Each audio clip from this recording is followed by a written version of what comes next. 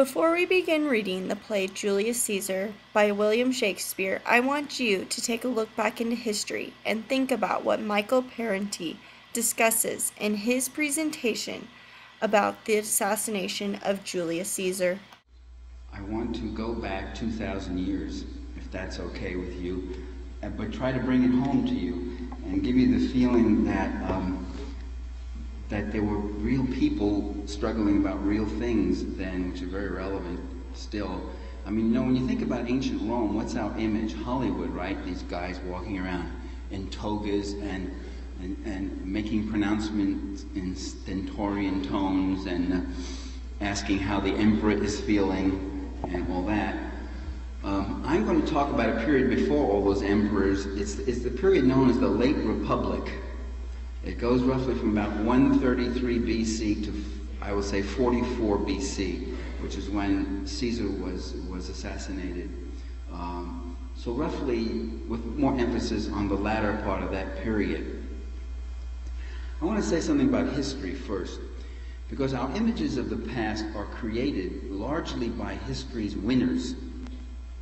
The voices of the losers are muted, or if they come to us, they're through very carefully tuned filters. Michael Parenti introduces an interesting concept when he discusses history's viewpoints based on the winner and the loser. I want you to keep this in mind as we read Shakespeare's tragedy, Julius Caesar. Who will be the winner and who will be the loser? But first, we are going to go through some different excerpts from this play that are very important to the conclusion of the play, as well as the demise of Julius Caesar. The tragedy of Julius Caesar stars the following characters. These photographs are taken from the movie version: Mark Antony, Julius Caesar, Brutus, and Cassius. In this excerpt, the refusal of the crown takes place. Caesar, Act 1, Scene 2, starting at line 215, where Casca, Brutus, and Cassius have their conversation after the games when Caesar and his group come back.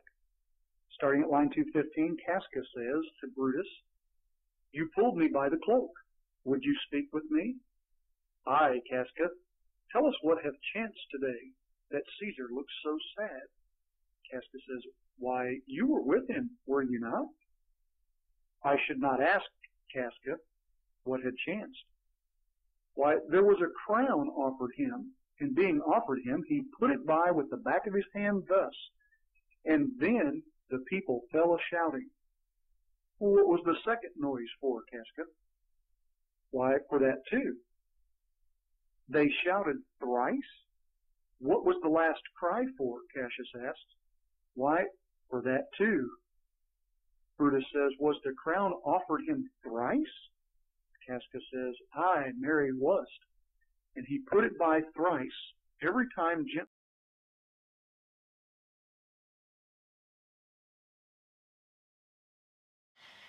Why did Julius Caesar refuse the crown?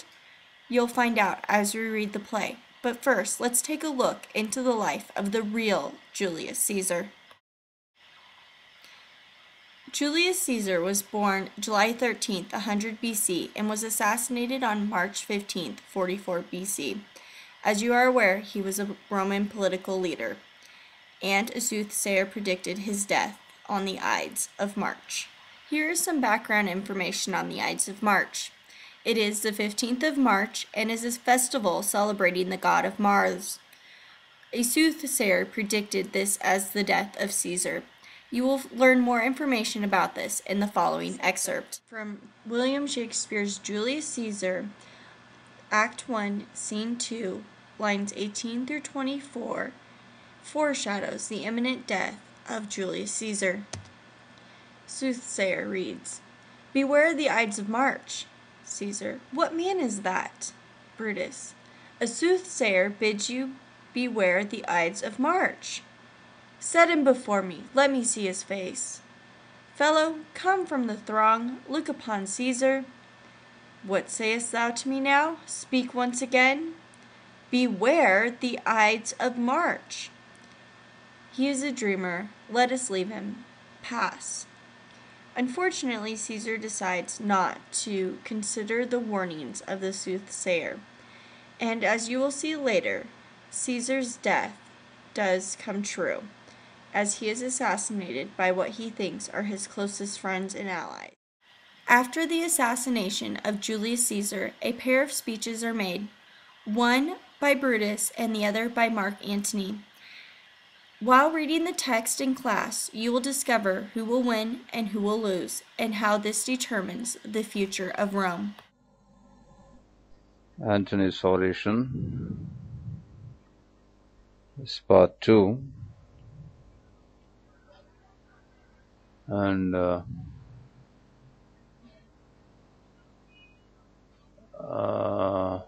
now continues.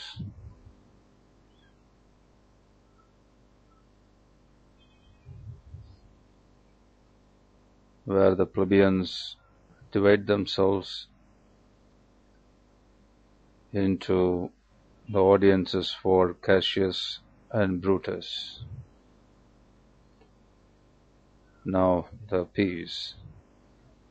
Exit Cassius with some of the plebeians. Brutus goes into the pulpit.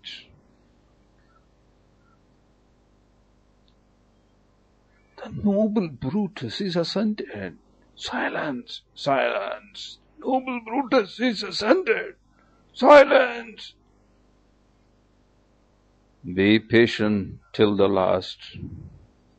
Romans, countrymen, and lovers, hear me for my cause, and be silent, that you may hear. Believe me for mine honour, and have respect to mine honour, that you may believe. Censure me in your wisdom, and awake your senses, that you may the better judge. If there be any in this assembly, any dear friend of Caesar's, to him I say that Brutus' love to Caesar was no less than his.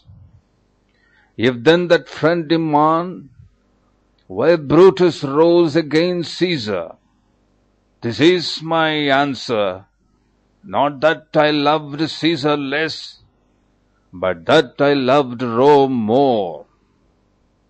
Had you rather Caesar were living, and die all slaves, than that Caesar were dead, to live all freemen?